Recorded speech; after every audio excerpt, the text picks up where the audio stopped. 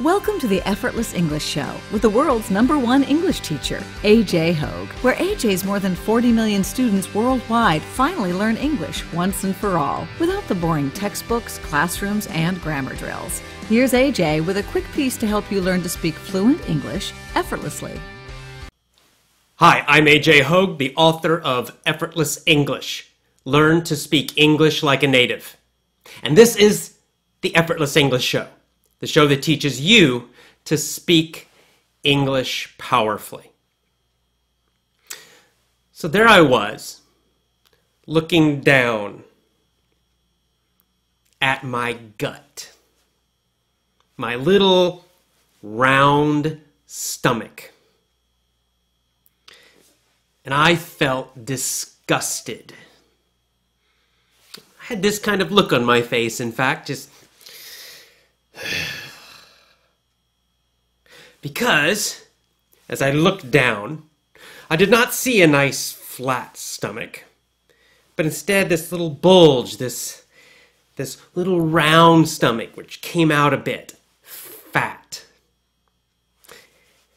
We call this in English sometimes a spare tire, especially for men, where it's just around your middle, around your gut, your belly, your stomach area, and it kind of goes around to your sides too. This was about 1 year ago. I was looking down, didn't have my shirt on, just looking down at my little round gut. And I was depressed because I'd let myself gain that weight. So I felt sad. I was also disgusted and angry at myself. You know, I was saying to myself inside, what the hell are you doing? Look what you let yourself go. To let yourself go means let yourself become kind of lazy. I'd never in my life had this much fat. Always been thin, always been healthy, always been fit and in good shape. But a year ago, I'd reached the bottom. I was the heaviest I had ever been. My stomach bulging out like a little, not quite a basketball, maybe like half a basketball size. So I just stared at it, disgusted, angry, sad.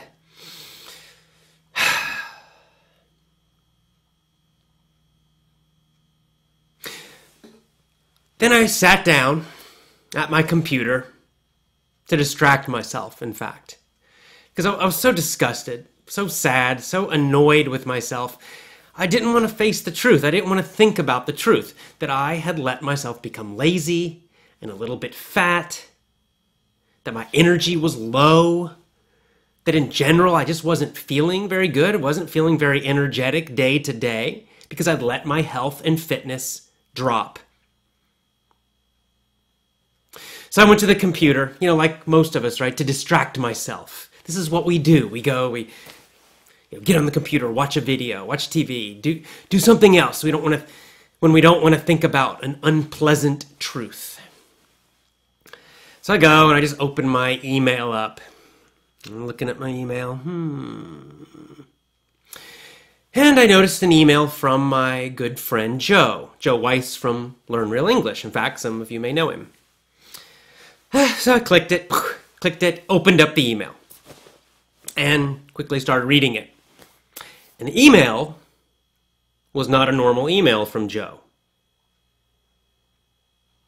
Rather, in the email, Joe said, I just watched, again, the movie The Way, and I've been thinking, do you want to walk the Camino de Santiago with me in Spain next year? It was perfect timing. So I thought for about 5 seconds, and I said, boom! I immediately, boom, onto the keyboard, I sent a quick reply. Yes, let's do it. I'm ready. Boom, send. Fast decision, didn't think deeply about it. I just knew I needed to change. I mean, I'd just been looking at my fat little gut and feeling disgusted and feeling sorry for myself, feeling that my life was kind of going down, that I was working too much on the computer, and I'd let my health and fitness and vitality and energy drop and drop and drop. And so this email from him was just like this boom, like a quick lightning bolt. Boom! I realized that this is what I needed, a total change, something completely different, something new. So boom, I replied yes. Next day, I got a reply back from him. Great, let's do it. And we scheduled it. We scheduled it after a few emails and decided to do it spring of the next year, which, as a matter of fact, is right now. So, what's really interesting is what happened afterwards because of this one decision. Suddenly, I had something in the future to look forward to, and actually quite a big challenge. I knew that in walking the Camino de Santiago, it takes about 30 to 35 days for most people. I knew I would need to walk every single day, 12 miles or 15 miles, some days maybe 18 or 20 miles. And I knew that I would be doing this sometimes in mountains and hills, that I would need to carry a backpack with all my clothes and everything I needed. And then I looked down at my little gut again and I realized I'm not ready. Right? My energy's low, my fitness level not good, and I'm kind of a little chubby. Chubby means a little bit fat. So immediately though, I felt this surge, this increase in my motivation. And I started taking notes and writing out a training plan. And I started thinking, okay, so next year, to walk the Camino, what do I need? What do I need to be able to do? And I realized I need to be able to walk long distances every single day for 1 month or more. And I need to be able to do that with weight on my back, which means I need some strength too. So I'm going to need much more endurance, and I'm going to need some strength as well to handle the weight of the backpack. But then as I let my mind go, more ideas and more thoughts started coming into my head. And I realized, wait, I'm doing this in Spain, and it's not in a big city like Barcelona. This is going through some very small little towns. It's very likely people will not speak English, or not much. So I'm going to need Spanish too. I'm going to need to at least be able to have basic conversational Spanish. So I wrote that down on my training plan. So endurance, strength, Spanish. And I realized, of course, that the whole trip would be much easier if I lost some of that fat, right? If I'm lighter, that's less weight I have to carry, less fat weight. The fat doesn't add any fitness, so I knew if I got rid of some fat, the whole trip would be easier as well. And so my training began, quite slowly at first. Last summer, I started just walking more. Didn't really do much Spanish at that point, honestly. But I did start walking, going for more walks, and started at least trying to eat a little healthier, start to cut out some of the extra sugar that I had let myself eat, things like ice cream and stuff like that. But then in the fall, it started getting closer, right? I started to fall, like, whoa, it's only 6 or 7 months away now. I need to get serious, right? Because this Camino goal, this Camino experience, I knew was coming up. It was scheduled. I knew we were doing it in the spring of 2015. And so suddenly, a little more urgency came into my mind, into my heart, and I started running again. I was in Japan in the fall. So I started running, going to the local park and running. And I decided, you know what I'm going to do? I'm going to follow an ultra-marathon training plan. I figured if I want super endurance, well, the best way to do that is to train like I'm preparing for a marathon or even an ultra-marathon. And then I thought, well, if I'm going to train for the Camino and get in great shape, I don't want to lose it. I don't want to just do the Camino and then afterwards become lazy again. So I thought what I should do is choose another challenge to do after the Camino in the fall of 2015. So I keep my momentum, I keep my energy going. And that's when I decided I'll try to do an ultra marathon, a double marathon, 4 or 5 months after the Camino. So I'll be training for the Camino and an ultra marathon kind of at the same time. Ooh, big challenge. So I started running a little bit more each week, and I followed a very simple plan that I had used in the past, many years ago, to train for a normal marathon. And that is, I would run 2 or 3 times a week, and then I would do one more run on the weekend, a long run. Every week, I would increase that long run by about 10 minutes, about 1 mile for me. And that's what I started doing. So in the beginning, last fall, I wasn't running very long, not very long distances at all. Then I started traveling in the wintertime, traveling around Asia, Thailand, Cambodia, Nepal. And my running started getting more and more. Like the distances started increasing. And then, because I was really excited to prepare for the Camino, my wife and I decided to do a hike in Nepal, in the tall Himalayan mountains. I thought, number one, it would be a great experience, something I've always wanted to do. And number two, it'll be a nice piece of training, a nice bit of training for the Camino, helping me to prepare. I'll have to carry a little backpack, and I'll be in the hills. So this will help me get stronger, get ready for the Camino. So we did the Nepal hike, which was quite tough, in fact. And I've talked about that in a previous show, as a matter of fact. But overall, it was a great experience. Then this winter, my training really became solid, really became serious, meaning focused, committed, dedicated. The distances of my running started getting quite long. 2 hours, 2.5 hours, 3 hours, 4 hours. And then just this last week, 6 hours. I also realized I need some more strength, so I started lifting weights. First in the winter, I went to the gym and did some heavy weightlifting, squats and deadlifts, bench press, big heavy weights. Then when I came to San Francisco, I started doing push-ups, some pull-ups, and using the kettlebell to increase my strength. As a result, at this point, I'm feeling fantastic. Now, I'll talk more about this, and I'll talk about how you can totally change your life when we get back from Twitter. But first, a Twitter question. Our Twitter question is from Hate Madil, and Hate Madil asks, how can I improve my academic writing? All right, so this is quite specific. I get a lot of questions about writing. How can I improve my writing? But this is a little bit different because he's asking about academic writing. Academic writing meaning writing for school, especially university. And this is more challenging, honestly. It's a little more difficult. I would say first focus on improving your normal writing. What's normal writing? Well, normal writing is the writing we used in the real world, because college is not the real world.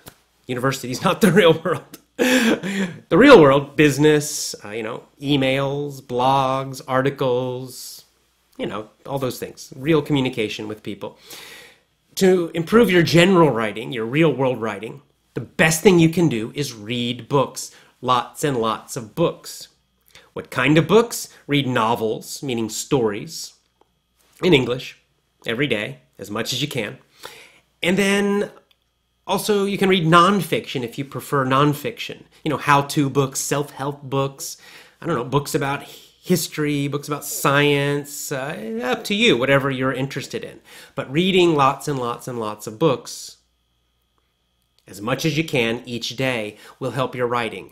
Because as you're reading, you're also absorbing, you're taking in the writing. So you're getting that input, you're seeing good, correct writing again and again and again every time you read. And that gets a little deeper in your brain and unconsciously you'll learn better writing in that way. That's the foundation. That's the number one best way to improve your writing. In addition to that, you can also write a little bit each day, but without pressure. What I recommend is just to write in a journal or even write a little blog every day. Just write 2 to 3 paragraphs per day. Now, when you do this blog writing or journal writing, do it quickly. So don't be worried too much about making mistakes. Don't try to make it perfect. Just get in the habit of every day writing in English. Just don't worry about the mistakes. And again, as you do this day after day after day, it will get a little easier, a little easier, a little easier. And because you're also reading a lot, you'll find that your writing will slowly improve, but in a quite natural and effortless way. That's how you improve general writing. Now, what about academic writing? If you've got to write research papers and stuff. That's a weird, strange kind of writing. It's actually not very good writing in most cases, but it's necessary if you're in university and you need to pass your courses, so you got to do it. So the way to do that is, again, follow this same structure, this same plan, but just do it with academic material. So for example, for academic writing, you would need to read a lot of academic articles. So every day, read academic articles in your field, in your area of expertise. They're not necessarily fun to read all the time, but still, it will help you to get a feeling for the style. And the more you read them, the more you will get a feeling for the correct style to use for research papers and academic writing. And then, the second part, every day, do some academic writing. Just like with the journal, right? So you have a journal, and again, you're going to write every day, but write about your topic, the field, the topic that you are studying in school. So if you're a physicist, write about physics. You could just summarize or review what you've read, for example. You could read a research paper and then write a 2 or 3 paragraph summary, but do that every day. Again, write quickly. Don't make this perfect. Don't take a long time to do your writing, because then you're not going to do it. So make it quick. And then just repeat this process day after day after day. It takes time to learn good, correct writing. And for academic writing, it's even tougher because it's such a strange and specific style of writing. So there's no magic way to do it instantly in a couple days. It's a process that takes months. But that's how you do it. Good luck to you. Let's go back. How can you change your life right now? And I mean massive, huge, big changes in your life. How can you do that? How do you create those big, huge changes? A lot of us have a dream of the kind of life we want to live, or the kind of person we want to be. And then we look in the mirror and we realize we're not that person. We're not living that life. And then we can feel sad and depressed because of that. And sometimes we can feel angry and disgusted at ourselves because we haven't made the right choices. We haven't done what we need to do. We're not the person we really want to be. Right? I don't want to be chubby. I don't want to be fat. I don't want to be tired. I don't want to be lazy. And I didn't a year ago. So I was in that same position. And yet this one decision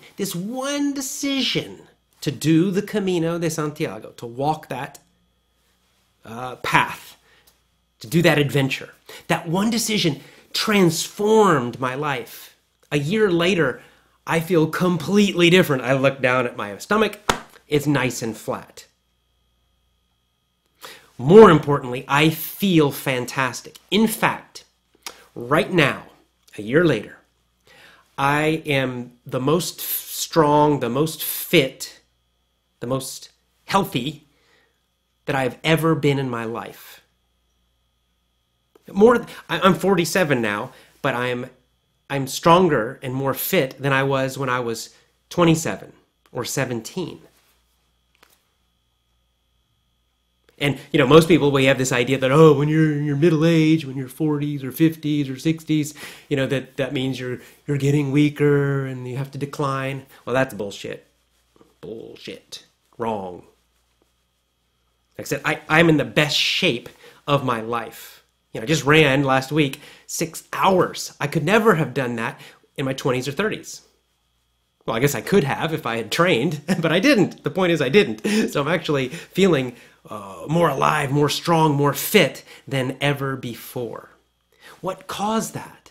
That one decision to say, yes, let's do the Camino. Just one decision. What else?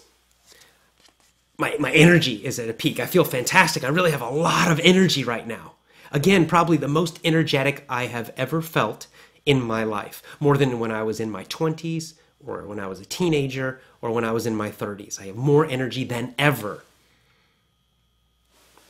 Also, I'm now speaking Spanish. Now, I'm not a great Spanish speaker. I'm kind of a low intermediate Spanish speaker. But I can have, basic conversations. Yeah, I make a lot of mistakes. So what?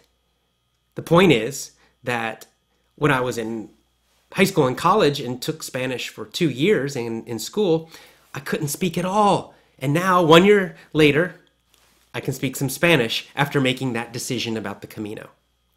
And the truth is, I didn't really start my Spanish learning until just a few months ago.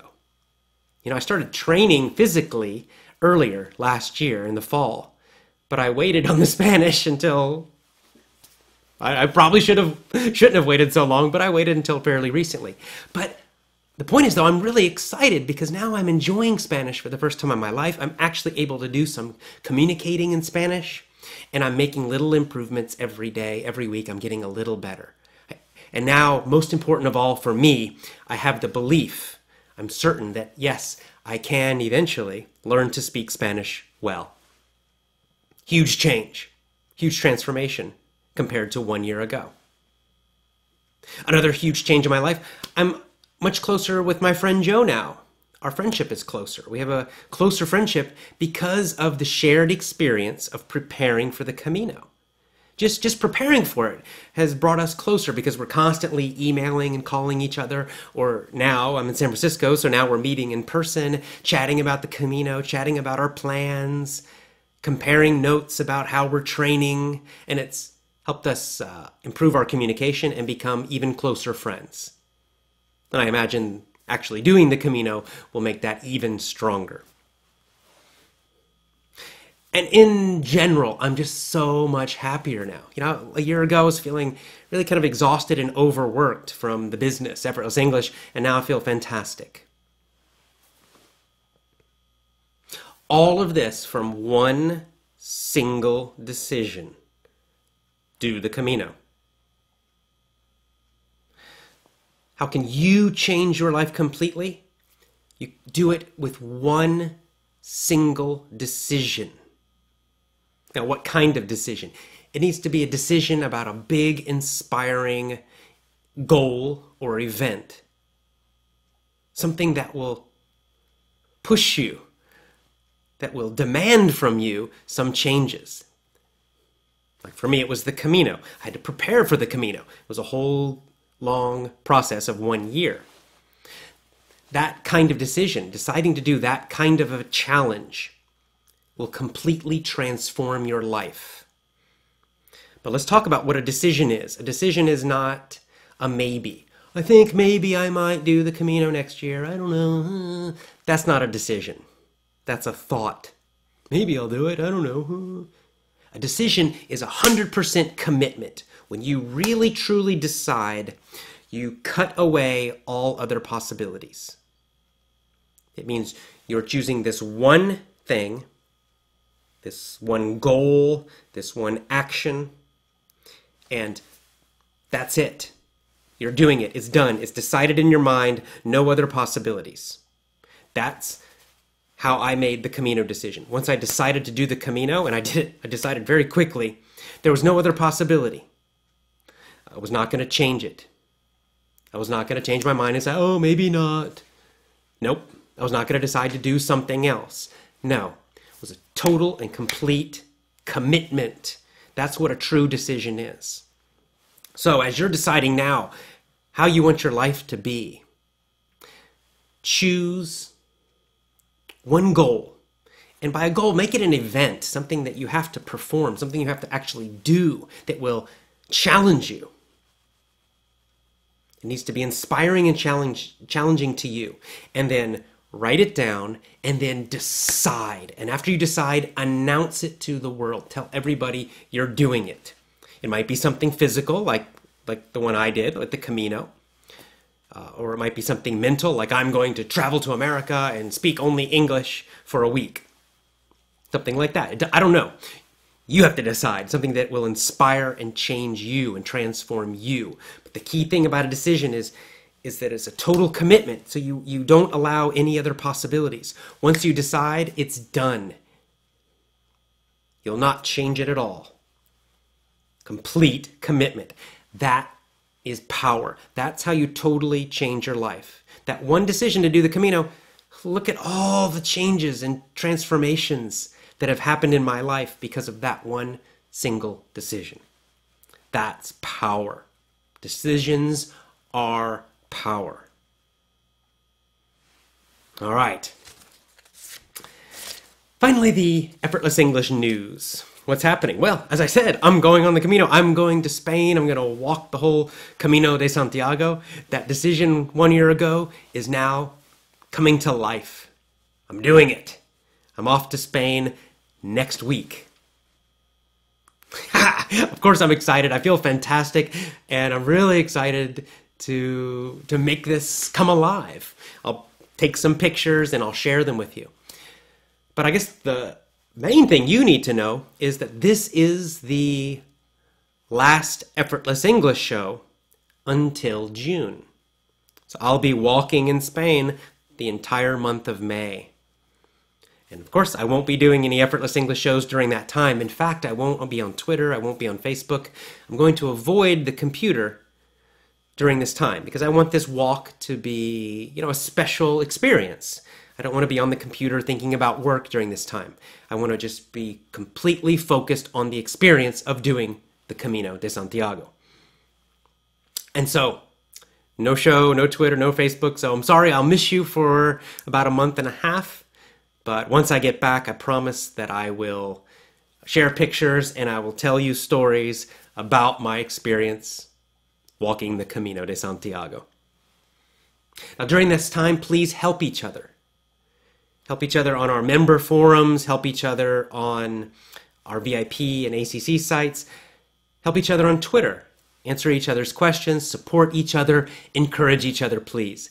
This is what makes the Effortless English international family so important and so strong, because we help each other. We care for each other. Finally, let me remind you of our mission and our code. Our code: we do the best we can, we do the right thing, and we show each other we care. Please continue to do those things while I'm gone over the next 6 weeks or so. So as always, thank you so much. I love connecting with you. I'm going to miss you, but I'll see you in 6 or 7 weeks. See you in June. I'll have lots of pictures to share. I'll have lots of stories to tell. And I imagine I'll come back with even more energy, even more excitement for you, for Effortless English, for teaching, for this show, for life in general. Until then, see you. Have a great few weeks. And as always, go to effortlessenglishclub.com for information about my courses, my book, anything else about Effortless English. effortlessenglishclub.com. See you when I get back from the Camino. Bye for now.